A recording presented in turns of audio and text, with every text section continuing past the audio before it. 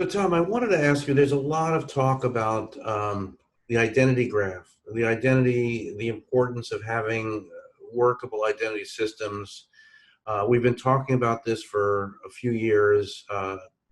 Seems like it's become more of an imperative with the deprecation of the cookies and IDFA. Tell us sort of what your approach is there at Magnite about working with its partners to have an effective, efficient identity solution.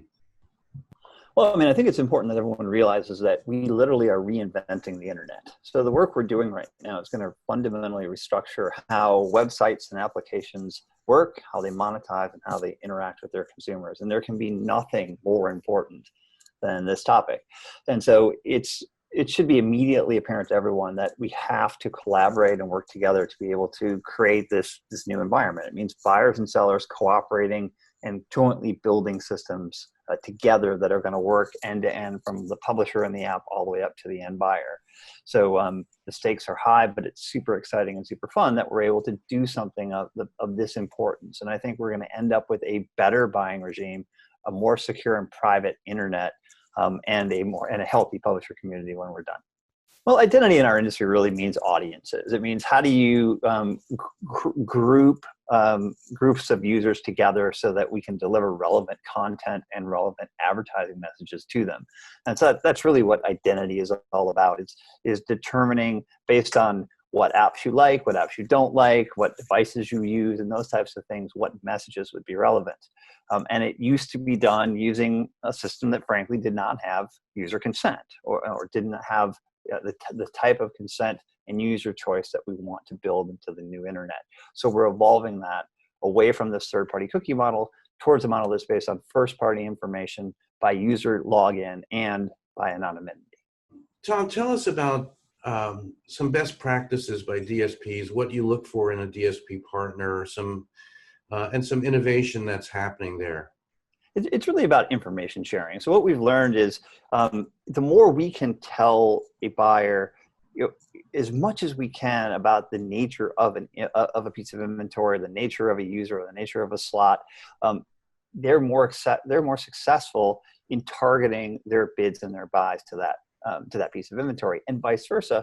The more they can tell us about a campaign or a buy or a seat or something that's happening on the buy side, we can target the inventory. So it's about sharing information back and forth, which is something we never did as an industry.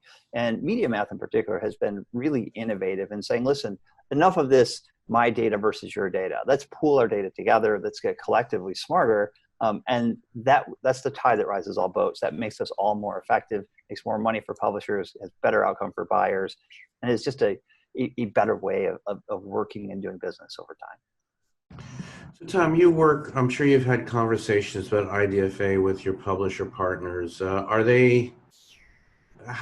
you see the climate, their concerns, getting past this, working with it? What does it all mean? Yeah, I think there are some concerns, but the thing I always stress is this is not new. This has been happening for years. We have been in the process of moving from a fixed identity model, starting with, we had third-party cookies, and Apple and Firefox started getting rid of those literally well over a year ago. And it was always the case that IDFAs and mobile IDs, or MAIDs as they're called, would also go away and be replaced with a new system based on a combination of consent and first-party data, because first-party is the entity that the consumer has a relationship with, the app or the publisher. So this is not new, and nor is it necessarily terrifying. It's just different. It's a new regime, and we're going to have to replace a lot of things we've been doing in programmatic for 10 years with a new set of things.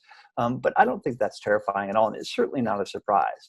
Some publishers are concerned. Some buyers are concerned that they're not going to be able to find their audiences as effectively as they had in the past. And that's why it's so important that we work together to develop these new mechanisms to be able to create audiences, to expose those audiences to buyers, and let them measure the success of those campaigns, all of which are things we're doing actively as an industry. And Tom, you guys have been doing quite a lot in OTT, and certainly with the merger with Telaria and your considerable position as a video SSP. I wanted to ask you sort of some trends you've been seeing coming out of this sort of spike in consumption, both by trends and sort of through people being at home and the increased consumption of OTT. What have you seen? What lessons have you learned? And where do we stand in terms of programmatic and CTV? Well, I mean, I think we saw an acceleration of a trend that's already been building for years. And that is, you can call it cord cutting, you can call it OTT, but it's consumers consuming video, long form video content through a wide and diverse number of mechanisms, whether that's smart TVs or devices or on their phone or on tablets. People are consuming video content in tons of different ways, including traditional televisions.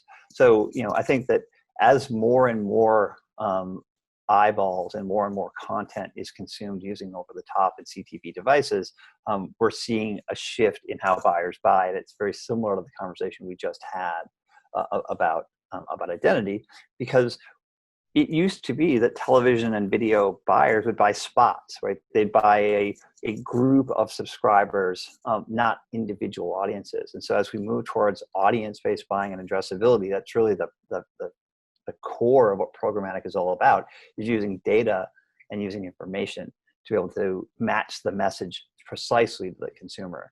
And so that's just starting to really accelerate and take off in the CTV market with the onset of addressability, with better, more targeted mechanisms to match the right content to the right user. All of that is really starting to take off now, and we'll see more and more of traditional video content monetizing programmatically in the coming months and years. And in terms of the expectations from publishers, broadcasters, there's a big focus now on OTT, obviously. What are the problems or issues or asks that publishers have or programmers have asking you guys, and I know you have a number of very prestigious publishers who are customers. What are they looking for? What's sort of next in terms of their work, their processes? Well, I mean, I think publishers want help taking advantage of programmatic data to improve CPMs and improve yield. I mean, in the linear world, you're selling spots, you're selling a group of users, and every user that's watching the show is part of the same package. What programmatic lets you do is to break those packages up into groups of folks who like sports, or folks that like cars, or folks that like wearing purple hats. I mean, we can get very, very specific and granular in matching audiences to messages. And that's the promise of programmatic. And that's just now really taking off, because I think marketers are realizing they can be much more effective with their video ad dollars if they can bring addressability and audience into the mix.